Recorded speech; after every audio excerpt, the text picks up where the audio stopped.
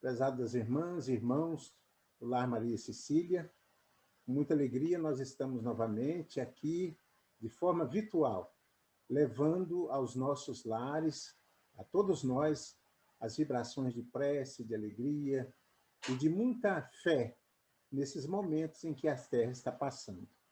Para iniciar a nossa reunião de hoje, nós vamos convidar a nossa companheira Cláudia Machado para fazer para nós a leitura do Evangelho e a prece de início da nossa reunião de hoje. Vamos todos acompanhar e meditar nesta lição. Boa noite, amigos. Boa noite a todos que acompanham o Centro Espírita Lar Maria Cecília. Vamos iniciar fazendo a nossa prece para que possamos entrar em sintonia com a espiritualidade amiga. Elevemos então o nosso pensamento, agradecendo a Deus a oportunidade deste encontro. Senhor, nosso sentimento neste momento é de muita alegria, podermos juntos rogar a Ti.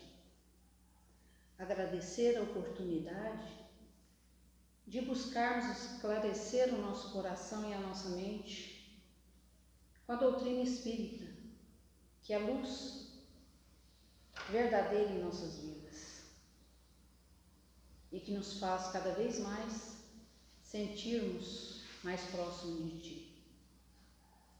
Que o Senhor possa sempre nos envolver e que possamos sentir a Tua luz se derramar sobre todos nós. Rogamos também, Senhor, por todo aquele que neste momento se encontra em aflição, seja nos hospitais, nas ruas, nos presídios, onde for, Senhor, que a Tua luz alcance a todos os fortalecendo. Que possamos sempre caminhar contigo, Senhor, no caminho do bem, do amor e da verdade. E que assim seja. Aqui, que é Sede Perfeitos, capítulo 17, cuidar do corpo e do espírito. A perfeição moral consiste na maceração do corpo. Para resolver essa questão, apoio-me em princípios elementares e começo por demonstrar a necessidade de se cuidar do corpo, que, entre as alternativas de saúde e doença, influi de uma maneira muito importante na alma, a qual é preciso considerar como cativa da carne.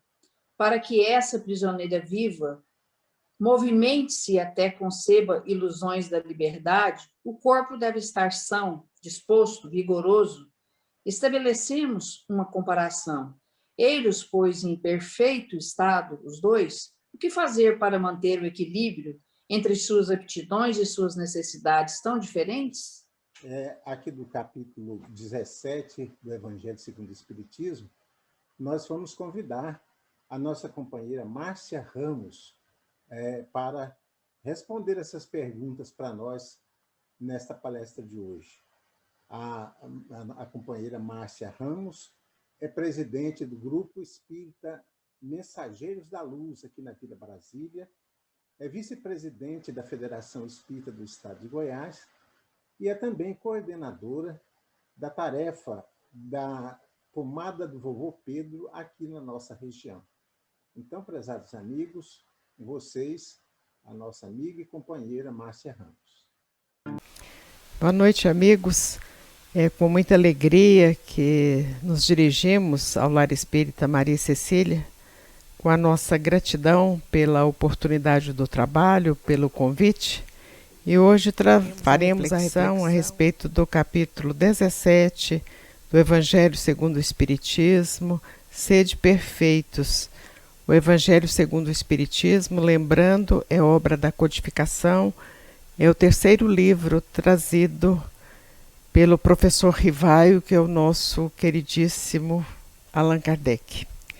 Nesse capítulo, Kardec coloca um tema muito interessante, cuidar do corpo e do espírito. E ele começa assim, é o item 11. a perfeição moral consiste na maceração do corpo? Por que será que Allan Kardec faz essa colocação?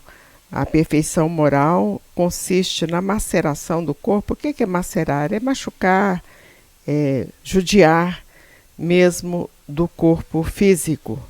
E ele faz essa pergunta exatamente porque durante todo o período da Idade Média, que foi quase 1000 anos, as instituições religiosas orientavam os seus filiados a macerarem o corpo.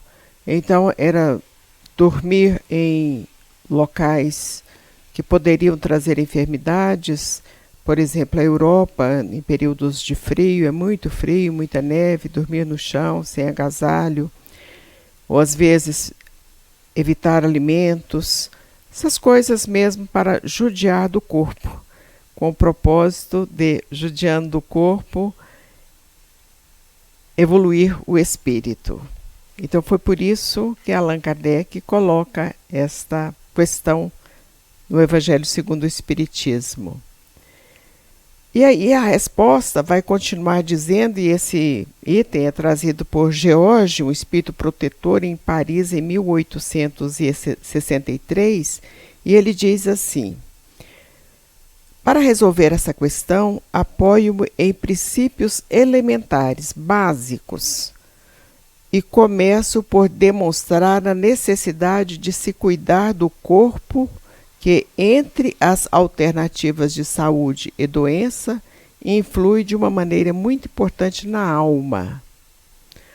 Olha aqui, nós aprendemos lá com o codificador também que espírito é o que está desencarnado, portanto, livro dos espíritos, e alma é o que está encarnada, é o espírito encarnado.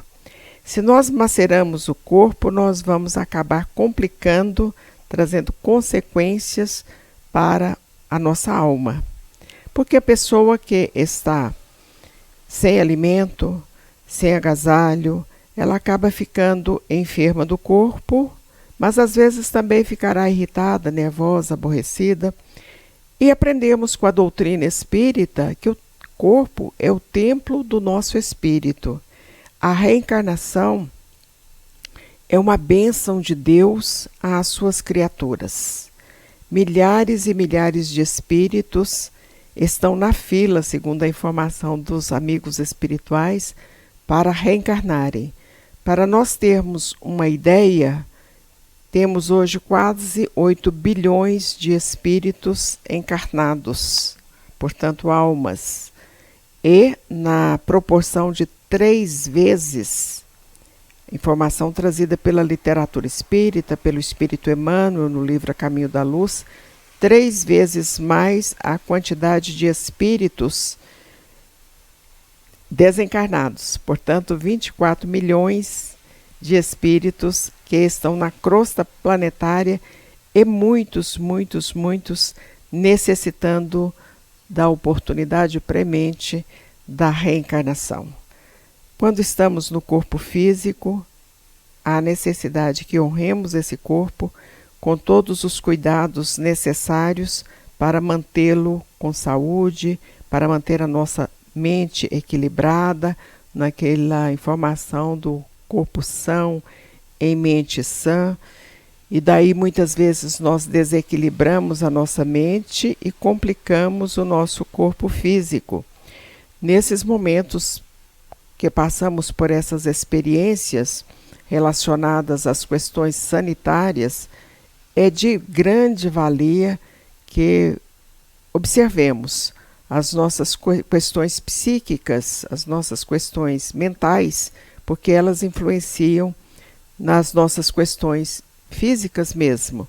Vamos trazer um exemplo bem simples. A pessoa, há 2 anos, ela tinha uma dor de garganta e ela tomava um chazinho, uma sucupira, um remédiozinho natural, em muitas ocasiões, às vezes até um antibiótico, e resolvia a questão. Hoje, a grande maioria das pessoas estão muito assombradas com esta enfermidade e se espirrou, já acha que está com esta enfermidade Covid-19. Temos que cuidar muito, correr enquanto a doença está com menos gravidade. Esta é a orientação dos médicos, mas nem todo espirro, toda tosse, toda dor de garganta quer dizer que estamos com Covid-19. Há necessidade de se cuidar, mas nós temos uma receita muito importante, que é a água fluidificada, e as pessoas que ministram a água, que pedem o amparo na água fluidificada, devem ter o cuidado de pedir para as enfermidades físicas e para as enfermidades psíquicas, que é de grande importância que tenhamos também os ansiolíticos dentro das águas que estão sendo fluidificadas. E também o passe que sempre pedimos no nosso trabalho, os mesmos benefícios relacionados à água. Mas se instalarmos as orações na nossa casa, não é uma oração eventual só no dia do desespero, não. A oração todos os dias, a oração sentida. Nós vamos nos resguardando, vamos nos fortalecendo.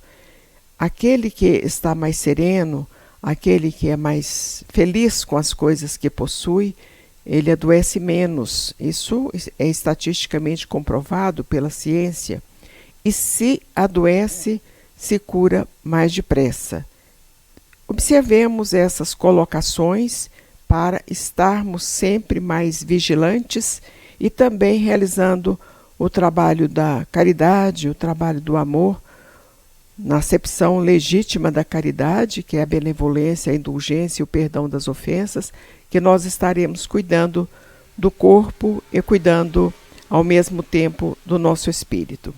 Quando temos algumas aflições maiores, experiências maiores relacionadas ao nosso corpo físico, há que bendigamos a Deus também por essas aflições, essas dificuldades, porque elas fazem parte de um processo da lei de ação e reação, da causa e efeito.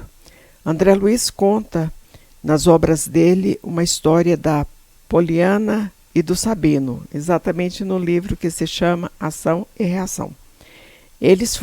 O André Luiz foi dar assistência a uma família, era mãe e filho, o Sabino e a Poliana, que estavam no estado de grande indigência, moravam numa região erma, afastada da cidade, campo, e estavam sem alimento, e ela muito fraca, e ela não podia desencarnar.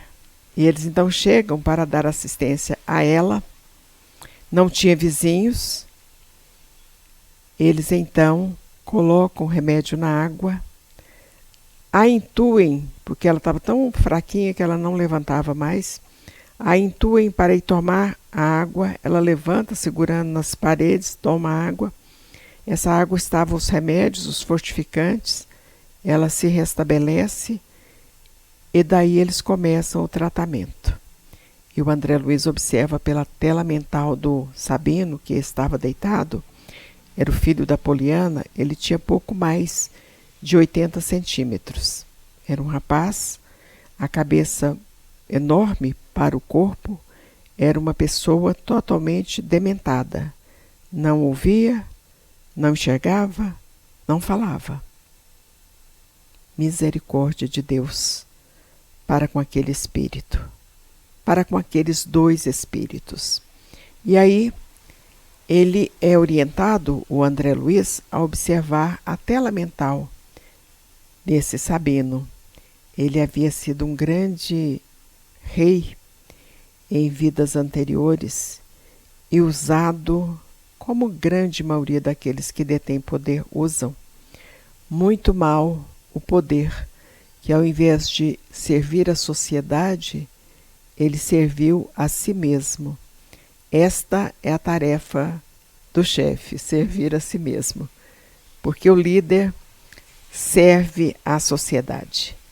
O grande e maior de todos os líderes que tivemos, Jesus, nosso guia e modelo, somente 3 anos de vida pública e ele dividiu a história para sempre, antes e depois de Cristo. outros tantos líderes que não podemos comparar, evidentemente, a Jesus, mas que também trouxeram a sua contribuição, serviram a sociedade. Os apóstolos, ali na Casa do Caminho,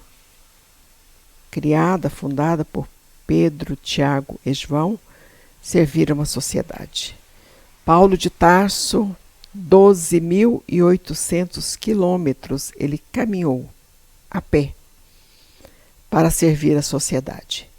E hoje, se nós temos a bênção do Evangelho, nós devemos muito a Paulo de Tarso, que trouxe o Evangelho para Roma e aí disseminou para todo o Ocidente. E ao longo da história, nós vamos ter grandes líderes servindo a sociedade. Isso também nos é trazido por Humberto de Campos, no livro Boa Nova, na mensagem que se chama Os 500 da Galileia, onde eles se comprometeram, encontrando com Jesus. Eles se comprometeram, aquelas 500 pessoas que lá estavam, em todas as épocas e em todos os tempos, eles estariam na terra para nos trazer o bálsamo de suas lideranças. O movimento espírita, nós temos lideranças inquestionáveis, a começar do próprio codificador, o professor Rivaio. Mas se trouxermos para o Brasil, teremos também Dr. Bezerra, professor Eurípides, Chico Xavier, grandes e grandes baluartes do movimento espírita e grandes lideranças. Dentre essas lideranças, nós temos também a Dona Ivone do Amaral, que recebeu muitos e muitos livros, e ela teve um compromisso com as questões do suicídio e relata em muitas obras as condições próprias dos espíritos suicidas e as encarnações subsequentes por misericórdia do plano espiritual. Claro que nessas outras encarnações, eles viriam com muita debilidade física e mental. Mas nós trouxemos um livro que se chama Ressurreição e Vida. Esse livro é da Dona Ivone também, e o espírito é Leon Tolstói, para nos mostrar, para aferirem, para que tenhamos as condições de entender a importância da reencarnação bem vivida. Reencarnação bem vivida não quer dizer reencarnação de luxo ou de usufruir de benesses, de prazeres efêmeros, passageiros. Reencarnação bem vivida é aquela reencarnação que damos conta do recado. Aquela reencarnação que fizemos uma proposta no plano espiritual e cumprimos esta proposta. Dentre essas propostas, existe a proposta relacionada à doutrina espírita, relacionada à mediunidade, ao movimento espírita.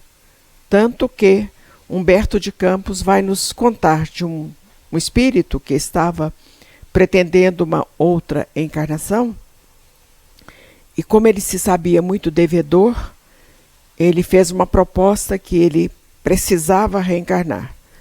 E ele reencarnaria cego, surdo, mudo, sozinho, bobo, louco, qualquer situação, com hanseníase, tuberculose, na época que não tinha cura.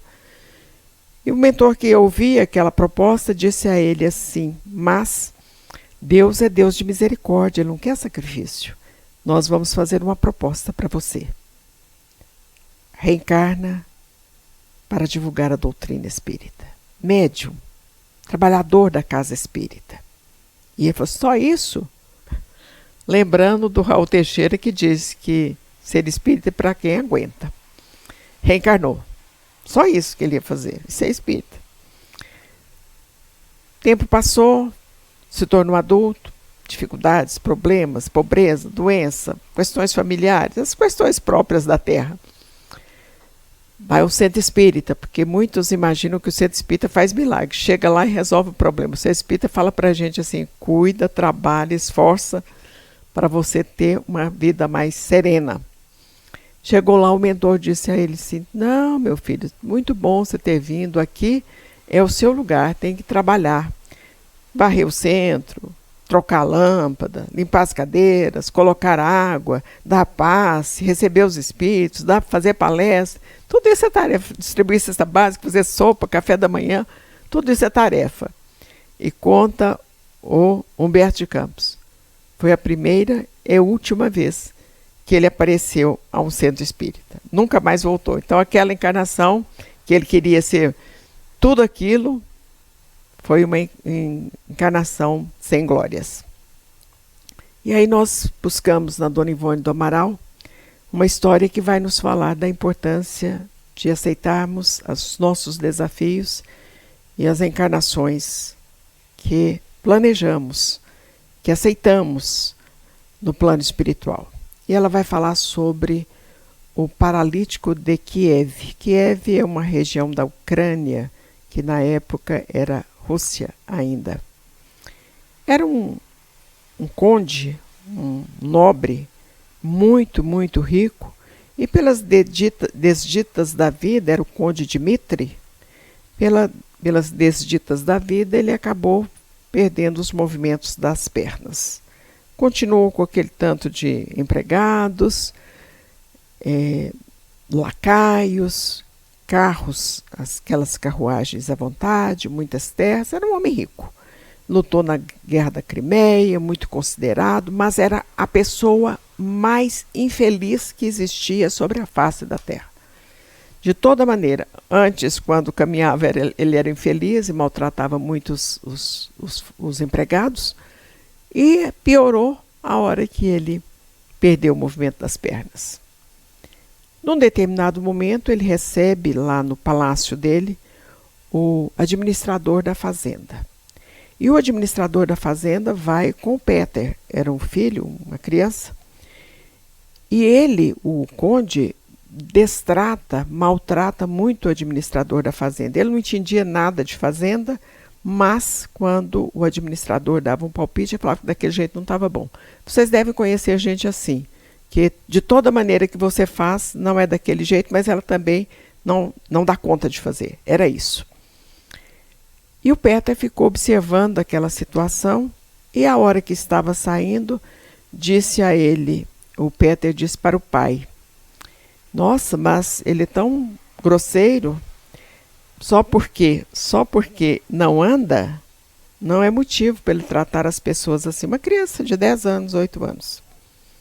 Porque o Ian é também paralítico, mas ele nos trata muito bem. Ele ouviu o final da conversa e perguntou ao menino: quem que é Ian? Foi meu irmão. Mas eu gostaria de conhecer seu irmão. Ele falou assim: mora nas terras do senhor. Se o senhor quiser nos dar o prazer da visita, ele vai ficar muito feliz. No outro dia, ele pegou a carruagem e foi visitar o Ian. E chegando, ele cumprimenta o rapaz e diz assim: nossa, mas que vida miserável essa sua. Ele não leu o sinal verde, porque se tivesse lido o sinal verde, jamais ele falaria para o sinal verde. É um livro do André Luiz com Chico. Ele jamais falaria para uma pessoa que a vida dela era miserável, porque a gente aprende na doutrina espírita que tem que sempre ressaltar, elogiar, incentivar as pessoas. E o Ian diz a ele assim: não, minha vida é ótima.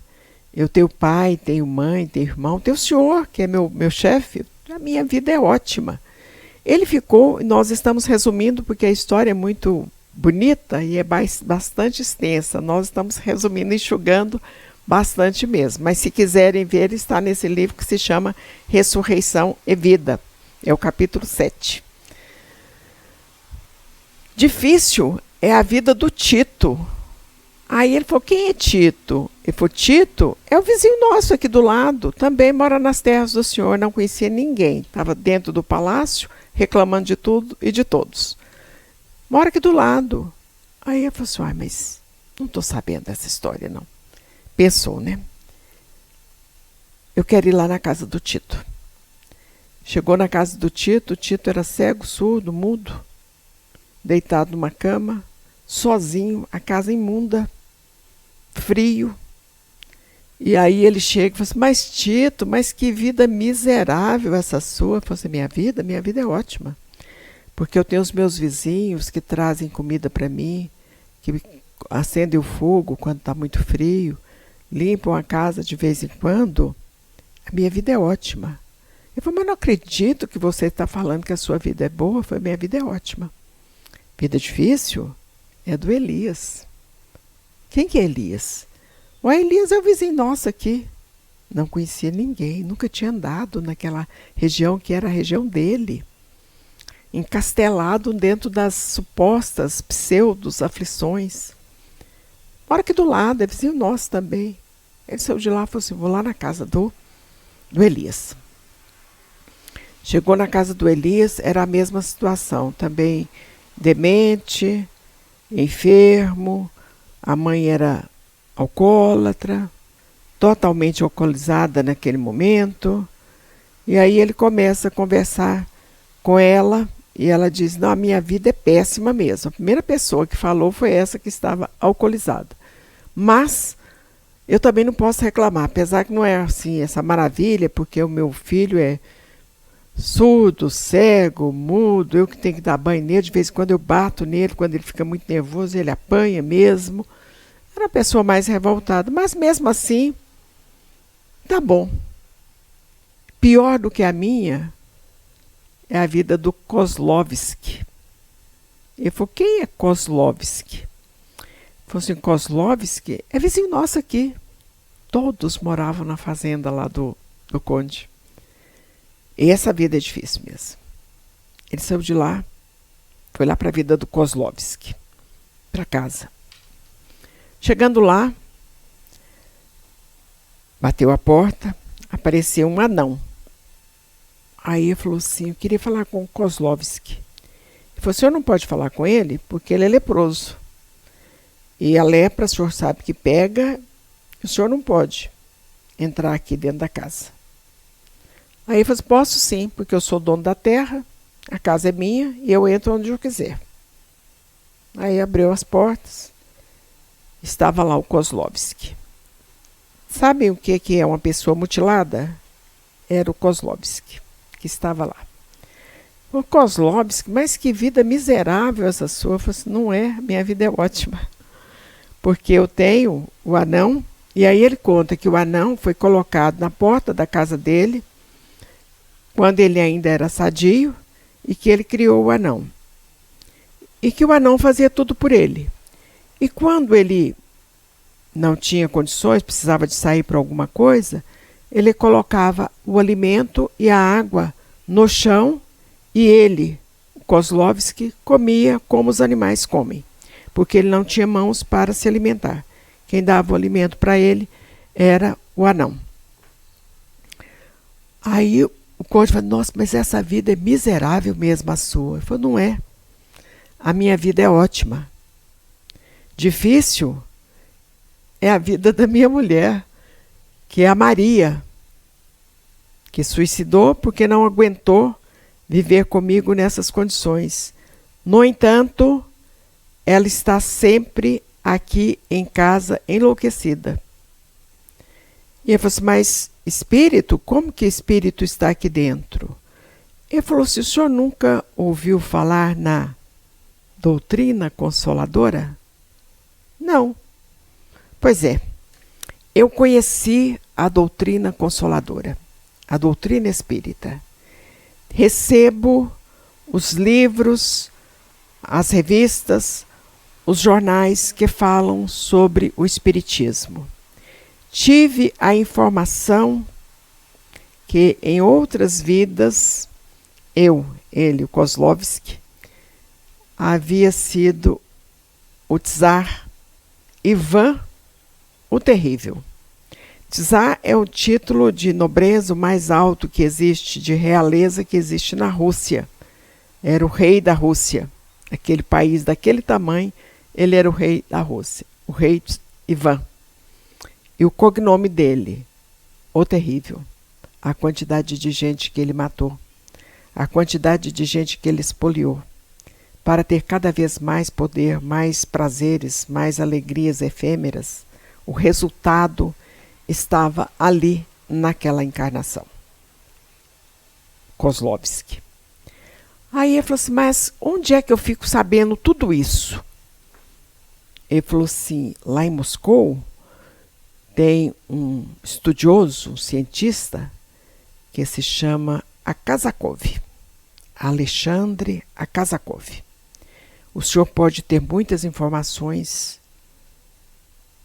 sobre essa doutrina consoladora se o visitar. Ele chegou no palácio, falou com a secretária que gostaria de ir a Moscou. E ela tentou tirá-lo, demovê-lo da ideia, mas ele disse que ele ia a Moscou sim. O certo é que ele chega a Moscou e vai se entrevistar com a Kazakov. E chegando lá, tem a materialização da mãe dele. E quando a mãe materializa, ela diz a ele assim, meu filho, eu estava tão preocupada, tão aflita com a sua maneira de agir e pensar, porque por mais que você estivesse sofrendo, você estaria perdendo esta encarnação, que eu intuí o Peter, o menininho, a falar aquelas coisas para você. Porque para que você refletisse e meditasse, que a sua vida, apesar das aflições, tem muito conforto. E outros que não têm conforto nenhum, estão felizes, estão resignados, melhor dizendo, porque eles encontraram o consolo na doutrina espírita. Então, a doutrina espírita é esse consolador prometido por Jesus, que nos dá o direcionamento nas nossas vidas. Que quaisquer que sejam as aflições que estejamos passando, nas palavras do Chico, isso também passa, as aflições passam, as alegrias passam, só não passa a misericórdia de Deus para com as suas criaturas. Aceitemos as experiências com sentimento de gratidão a Deus, porque por maiores que sejam as nossas aflições, pelo que a gente vê na obra, na literatura espírita, as regiões umbralinas são muito mais difíceis do que tudo que estamos passando. E nós ainda temos a bênção da oração, o amparo da espiritualidade amiga, a recomendação do estudo da doutrina espírita e a prática da caridade e do culto no lar. Portanto, somos aquinhoados pela bênção deste conhecimento. Que Jesus nos abençoe, nos envolva a todos em muita paz, com a nossa gratidão pela oportunidade, com votos de sabedoria, de alegria cristã a todos os irmãos. Então, amigos, neste encerramento da nossa reunião de hoje, nós queremos agradecer de coração a nossa amiga Márcia Ramos pela sua explanação, pelos seus conhecimentos que trouxe para nós nesta noite. Sintonizados, então, nesta reunião, na assistência dos benfeitores espirituais da nossa casa, nós queremos pedir a todos que possam acompanhar a prece de encerramento, também aqui do nosso companheiro da casa, João Camargo, para o encerramento de hoje. Prezados irmãos, chegamos ao final da nossa explanação da noite. Agradecemos a todos que nos assistem, rogamos a Deus que proteja todos, que ampare, que coloque nas suas águas todo o fluido necessário para aplacar as dores físicas e espirituais, emocionais de cada um. Que Jesus se faça presente na casa de cada ouvinte e no meio de nós. Agradecemos imensamente pela oportunidade e que Jesus nos abençoe agora e sempre.